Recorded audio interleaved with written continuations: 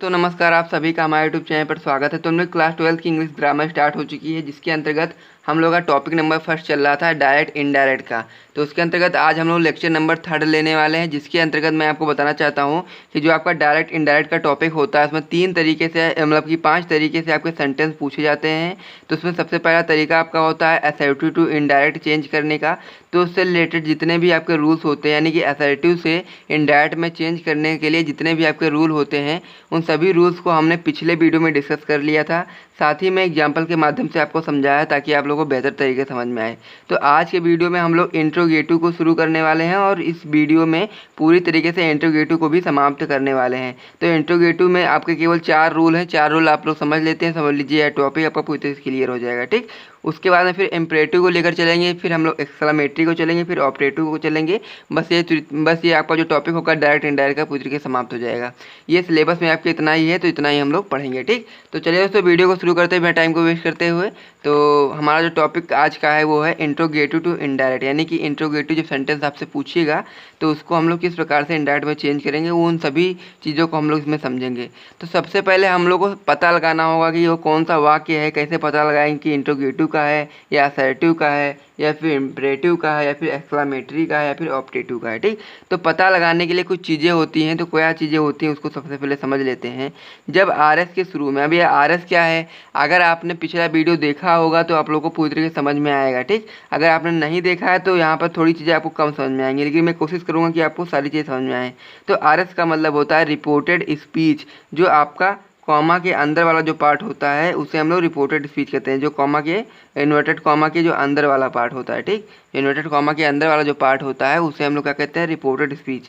तो जब reported speech के शुरू में क्वेश्चन वर्ड दिया हो, अब ये क्वेश्चन वर्ड क्या होता है, तो क्वेश्चन वर्ड आपका होता है व्हाट, व्हाई, व्हेन, वेयर, यही सारी चीज़ें जो होती हैं ये आपकी क्वेश्चन वर्ड होती हैं। और क्या हो, या फिर क्वेश्चन वर्ड दिया हो या फिर हेल्पिंग वर्ब दी हो, तो हेल्पिंग वर्ब को शॉर्ट फॉर्म में हम लोग HB भी कहते हैं। तो हेल्पिंग वर्ब क्या होती है, जैसे कि आपका मान लीजिए इज हो गया, एम हो गया, आर हो गया, ये सारी चीज़ें हैं। ठीक, आर हो गया, वॉज वर्ब हो गया, ये सारी चीज़ें आपकी क्या होती हैं, हेल्पिंग वर्ब होती हैं।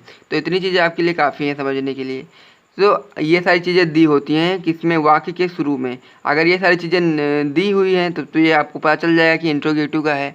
अब ये सारी चीज़ें अगर आपको याद नहीं रहती हैं तो आप लोगों को सबसे महत्वपूर्ण चीज़ याद रखना है कि अंत में क्या होता है, इससे क्वेश्चन मार्क लगा होता है। यानी कि जो आपका इंट्रोगेटिव होता है उसके शुरू में क्वेश्चन वर्ड या फिर हेल्पिंग वर्ब दी होती है और अंत में क्वेश्चन मार्क लगा होता है। अगर आपको क्वेश्चन वर्ड या फिर हेल्पिंग वर्ब याद भी नहीं होती तब भी आप लोग क्वेश्चन मार्क को याद रखेंगे तो आप लोगों को हमेशा ध्यान रहेगा कि आपका ये इंट्रोगेटिव का सेंटेंस है। ठीक, जहाँ देखो लास्ट में सेंटेंस में आपका क्वेश्चन मार्क दिया है वहीं पे समझ जाना कि ये इंट्रोगेटिव का सेंटेंस है। तो ये हो गई पहचान की बात। अब किस प्रकार से, सबसे पहले आपको एग्जाम्पल के रूप में एक सेंटेंस के रूप में दिखा देता हूँ कि किस प्रकार से आपका इंट्रोगेटिव होता है। तो सबसे पहले क्या लिखा है, रमेश सैड टू मोहन। ठीक, अब ये रहा इन्वर्टेड कॉमा के अंदर वाला पार्ट, यानी कि जिसे हम लोग आरएस या फिर रिपोर्टेड स्पीच कहते हैं। तो इसके शुरू में आप लोग देख पा रहे होंगे व्हाट दिया है, यानी कि क्वेश्चन वर्ड दिया है। उसके अंदर फिर हम लोग और आगे बढ़ेंगे तो यहाँ पर जाकर देखेंगे लास्ट में क्या दिया है, क्वेश्चन मार्क दिया है। ठीक, तो इससे हम लोग को पता चल जाता है कि ये इंट्रोगेटिव का सेंटेंस है। अब ये बनाना अभी नहीं, सबसे पहले हम लोग क्या करेंगे, रूल्स को देखेंगे, उसके बाद में बनाएंगे। तो पहला रूल क्या कहता है, कॉमा हटाकर इफ़ या वेदर लगाते हैं, यानी कि कॉमा हटा करके आप लोग इफ़ भी लगा सकते हैं और वेदर भी चाहें तो लगा सकते हैं। अब पिछले वाले जो रूल था, यानी कि जो पिछला वाला टॉपिक था हमारा असर्टिव का, तो उसमें क्या कर रहे थे हम लोग, कॉमा हटा करके दैट का प्रयोग कर रहे थे। इसमें क्या कर रहे हैं, कॉमा हटा करके इफ़ का प्रयोग करेंगे। अगला जो आपका पॉइंट है रूल नंबर 2 वो है से की जगह हम लोग आस्क का प्रयोग करते हैं और सेस की जगह हम लोग आस्क का प्रयोग करते हैं और सेड की जगह हम लोग आस्क्ड का प्रयोग करते हैं। ठीक, अब पिछले वाले वीडियो में मैंने आपको बताया था कि अगर से टू लिखा हो तो से टू का टेल करते हैं, वरना से का से ही लिखते हैं। लेकिन इसमें ऐसा नहीं है, इसमें से टू लिखा हो तब भी आस्क करेंगे, से केवल से लिखा हो तब भी आस्क करेंगे, सेस टू लिखा हो तब आस्क करेंगे, अगर नहीं लिखा है तब भी आस्क करेंगे। ठीक, यानी कहने का मतलब ये है कि टू दिया हो चाहे ना दिया हो, हम लोग अगर से देखेंगे इसमें तो इसमें आप लोगों को आस्क कर देना है। ठीक, और सेड दिया हो तो आस्क कर देंगे। ठीक, इसमें क्या हो, टू हो या ना हो इससे कोई भी फर्क नहीं पड़ता। तो ये रूल नंबर आपका 2 हो गया। अब रूल नंबर 3 क्या होता है, वाक्य को साधारण कर देते हैं, यानी कि असर्टिव कर देते हैं। असर्टिव मतलब कि सब्जेक्ट को शुरू कर देते हैं। अब ये भी चीज़ें आपको अभी जब एग्जाम्पल के माध्यम से करूँगा तो आप लोग को बेहतर तरीके से समझ में आएगी।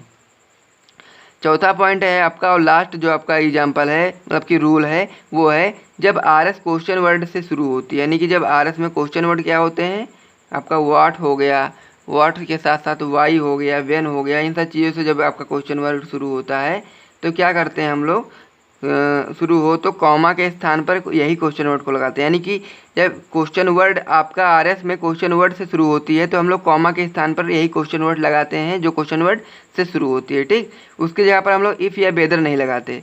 लेकिन अगर हेल्पिंग वर्ब आती है तो उसमें हम लोग इफ़ या वेदर लगाते हैं। लेकिन अगर क्वेश्चन वर्ड आएगा तो हम लोग इफ़ या वेदर नहीं लगाएंगे, केवल क्वेश्चन वर्ड को ही लगा देंगे।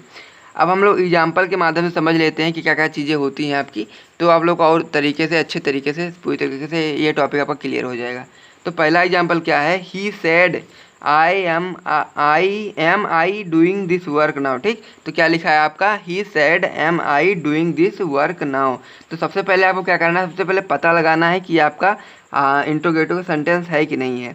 तो आप लोग देख पा रहे होंगे कि शुरू में क्या दिया है, एम यानी कि हेल्पिंग वर्ब शुरू में आ रही है आर एस के शुरू में, और लास्ट में आप लोग देख पा रहे होंगे क्वेश्चन मार्क दिया हुआ है, ठीक। तो आप लोग इससे जान जाएंगे कि ये आपका कैसा सेंटेंस है, ये आपका इंट्रोगेटिव का सेंटेंस है। अब इस सेंटेंस को हम लोग बनाना स्टार्ट करेंगे। तो मैंने आपको बताया था सबसे पहले क्या होता है, ही का ही लिख देंगे।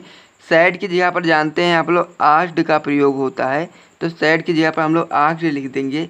उसके बाद में फिर ये जो आपका इन्वर्टेड कॉमास को हटाएंगे और यहाँ पर क्या होगा, कॉमा हटा करके इफ़ का प्रयोग करेंगे, ठीक। इफ़ का प्रयोग हो गया। अब क्या होता है, यहाँ पर जाएंगे, ठीक। हेल्पिंग वर्ब पर नहीं, सबसे पहले यहाँ पर जाएंगे। अब इसको हम लोग क्या करेंगे, ये जानते हैं फर्स्ट पर्सन का प्रोनाउन है, तो इसको हम लोग इससे चेंज करेंगे। अगर आपने पहला वीडियो नहीं देखा तो हो सकता है आपको यहाँ चीज़ें क्लियर ना हो। तो आप लोग जानते हैं कि जब प्रोनाउन को प्रोनाउन से चेंज करते हैं तो उसको इसी को लिख देते हैं, ठीक। तो यहाँ पर क्या आपका निकल कर क्या आ जाएगा, ही हो जाएगा, ठीक। अब यहाँ पर क्या है, सैड दिया है, एम पर चलेंगे तो क्या हो जाएगा, सैड है यानी कि पास्ट में है तो यहाँ पर हो जाएगा वॉज, ठीक। वॉज हो जाएगा। उसके अंदर फिर डूइंग का डूइंग ही हो जाएगा। और आप लोगों ने जानते हैं कि पिछले वीडियो में मैंने आपको बताया था कि दिस की जगह पर दैट हो जाता है आपका, और वर्क का वर्क हो जाएगा। और आपको पिछली वीडियो में ये भी बताया गया था कि जहाँ पर आपका नाउ होता है उसकी जगह पर देन का प्रयोग कर लिया जाता है, ठीक। वाक्य आपका साधारण हो जाता है। अगला जो आपका एग्जाम्पल है वो है Rohan said to me why are singing this song, ठीक। तो इसको किस प्रकार से बनाएंगे हम लोग, सबसे पहले आप लोग देखेंगे कि रोहन का रोहन लिखेंगे, सैड टू है तो सैड टू की जगह पर हम लोग क्या करेंगे, आस्क्ड कर देंगे। आस्क्ड करने के बाद मी का मी ही कर देंगे। उसके बाद में मैंने आपको बताया था कि अगर क्वेश्चन वर्ड दिया हो तो कॉमा हटा कर क्वेश्चन वर्ड को ही लगाते हैं, इफ़ या वेदर नहीं लगाते हैं। तो यहाँ पर देख सकते हैं क्वेश्चन वर्ड दिया हुआ है तो कॉमा हटाएंगे तो आपका क्वेश्चन वर्ड ही आएगा, तो वाई हो जाएगा। अब वाई के बाद में फिर क्या आ जाएगा आपका, वही आई निकल करके आ जाएगा, ठीक। अब आप लोग जानते हैं कि ये सेंटेंस कैसा है आपका, सैड यानी कि पास्ट में है तो आर की जगह पर हम लोग क्या करेंगे, वॉच कर देंगे, ठीक। तो आई वॉज सिंगिंग हो जाएगा, ठीक। सिंगिंग के बाद क्या करेंगे हम लोग, आई वॉज सिंगिंग। दिस की जगह पर हम लोग क्या प्रयोग करेंगे, दैट कर देंगे, जैसा कि मैंने आपको बताया था। दिस की जगह पर दैट हो जाएगा, सॉन्ग का सॉन्ग हो जाएगा। बस इसी प्रकार से आपका ये हो जाएगा, ठीक। तो ऐसे ही आप लोगों को बहुत सारे एग्जाम्पल को क्या करना है, इन्हीं रूल्स को याद कर लेना है। उसके बाद बहुत सारे एग्जाम्पल को लगा लेना है, बस आपका ये पूरी तरीके से टॉपिक क्लियर हो जाएगा। इंट्रोगेटिव से इंडायरेक्ट बनाने में बस इतने ही रूल आपके काम आते हैं। तो इन्हीं रूल को हम लोगों ने समझ लिया है। आपके 2 तरीके के सेंटेंस पूरी तरीके से कंप्लीट हो चुके हैं। अब आप लोगों के 3 तरीके और बचते हैं, और तीसरा तरीका आपका इम्परेटिव का होता है। तो नेक्स्ट वीडियो में हम लोग क्या करेंगे, इम्परेटिव के जितने भी आपके रूल्स होते हैं उन सभी रूल्स को समझ लेंगे, किस प्रकार से सेंटेंस को बनाते हैं उनको भी समझ लेंगे। तो मिलते हैं नेक्स्ट वीडियो में, तब तक के लिए जय हिंद।